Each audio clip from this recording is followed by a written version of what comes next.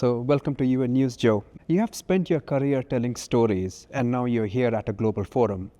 Tell me, why did you come to the UN, and why is it important for you to be here? Well, I'm here at the UN for the World Summit on the Information Society. This is all about kind of the digital world. And why is it important? I think it's not always obvious how digital technology impacts so many other things that we all care about, whether that's economic things or health things or the environment or crime and justice or whatever it is that you care about. I feel like a lot of solving those problems comes down to how we communicate and how we collaborate. And today, so much of that revolves around digital technology. So for me, talking about governance of digital technology is sort of the key root problem that often needs to be solved to solve so many other problems. And I guess that's why I'm here. You bring me to a very interesting point here. When you look at digital technologies today, what worries you the most and what gives you the most hope? What worries me the most about digital technologies is that oftentimes the best way to make the most money is not so good for people.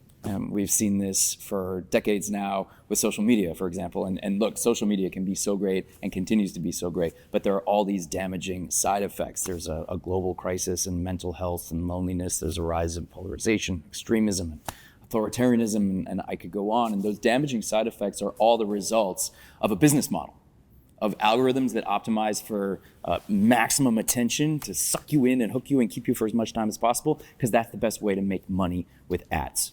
And that's where we get these bad, damaging side effects. And so this is why governments need to step in to say, hey, you companies are building a beautiful technology that's so good and useful for so many people, but there are these excesses. And we still want you to be able to make money, but if you can maybe just stop a few of these things, like these attention maximizing algorithms, you can still make money, but maybe slightly less money and not break the world.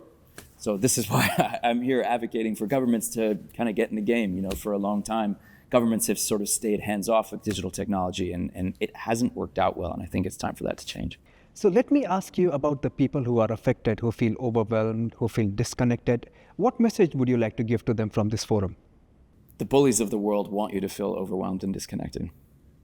And what's inspiring to me about the UN and the community I've met of people here is they're people who are, despite it being an uphill battle, despite it being a bit of a David and Goliath dynamic, people are coming and trying to work not just for a dollar, but for helping, for making the world better, oftentimes to help those that are the most vulnerable in the global south, the global majority.